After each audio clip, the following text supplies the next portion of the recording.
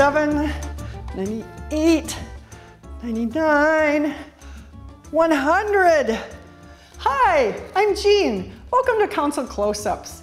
On this program, we get to know the people who drive the buses and trains, treat the wastewater, support community planning, and do the behind-the-scenes work at the Metropolitan Council. Today, we're talking with Jo Marthaler.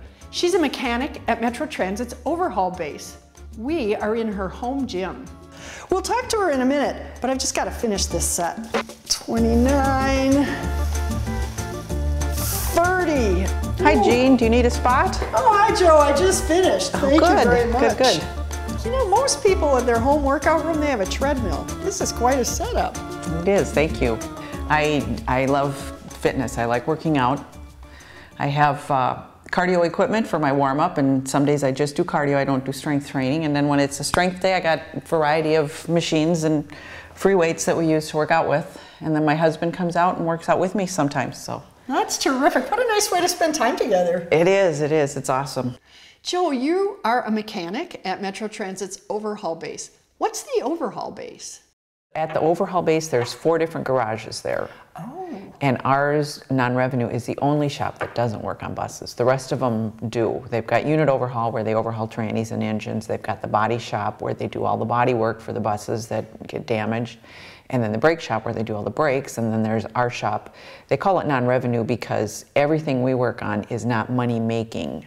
The buses make the money. We are all the support vehicles. So anything that's a support vehicle, we do over in our little area. The police is one of our customers. The guys who do shelter maintenance, they're our customers. The street supervisors are our customers. So we're their service station. How did you decide to become a mechanic? I just always like, you know, trying to figure out what makes everything work, you know, take them apart, put them together. And so mechanic just kind of fell into that. Way back in high school, I was the first girl, the first female to do the power mechanics class where it's the auto mechanics, and it's just been something I've enjoyed ever since. In terms of the proportion of men and women in your field, what's that been like for you? Every time I've started a new job, gone to a different, before I worked at Metro Transit, I worked at 3 different dealerships, and every time I went, I had to prove myself. At Metro Transit, every time I moved to a different garage, I had to prove myself because the guys think you're just, you know, I don't know, like I say, a token mechanic. So every time I've gone somewhere, I've had to prove myself over and over again. And the guys just go in and they don't have to prove themselves at all. They just go to work.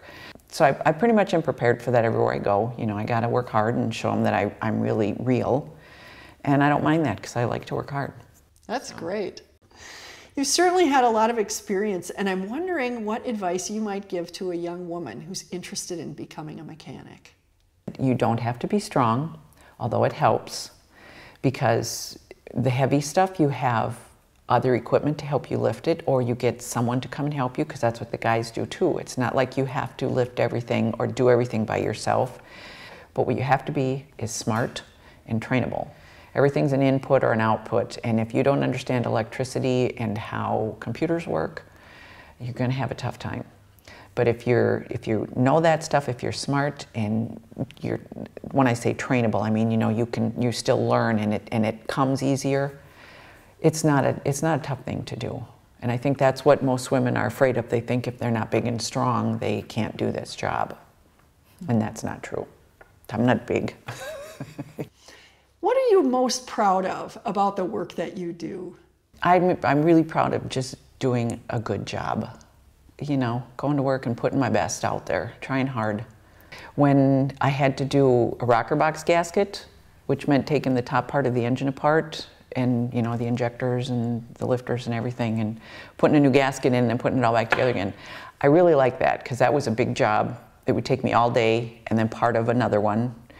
And I knew what I was going to be doing, and it was challenging, and there was stuff about it that, you know, I probably needed help, but I figured out how to do it by myself. And to me, that's important because you don't always have help. You know, you can usually go get somebody to come and help you. You can always find somebody, but typically stubbornness about me or something, I just want to do it myself. So I figured out how to do it by myself. So you do a lot of things that involve taking apart or starting from scratch and building. What does it feel like when you're done? To me, it's a blessing. It's, God's way of showing me how much he loves me. All this stuff that he blesses the works of my hands, and I just enjoy it so much. Yeah, it's a really good feeling. I enjoy it all. Tell me about the role that faith plays in your life. That is the basis of my whole life, and has been ever since I was very, very small. And so I really don't even remember really when it started. I just remember different phases. But yeah, it's my relationship. It's not like it's a religion. It's my relationship with God. It is my faith. Everything is based on that. Thank you so much, Joe, for inviting us into your home gym and talking with us. I've really enjoyed getting to know you better. Well, it's been awesome. Thank you for coming, and I've enjoyed getting to know you better too. If you'd like to know more about the Metropolitan Council, visit our website at www.metrocouncil.org.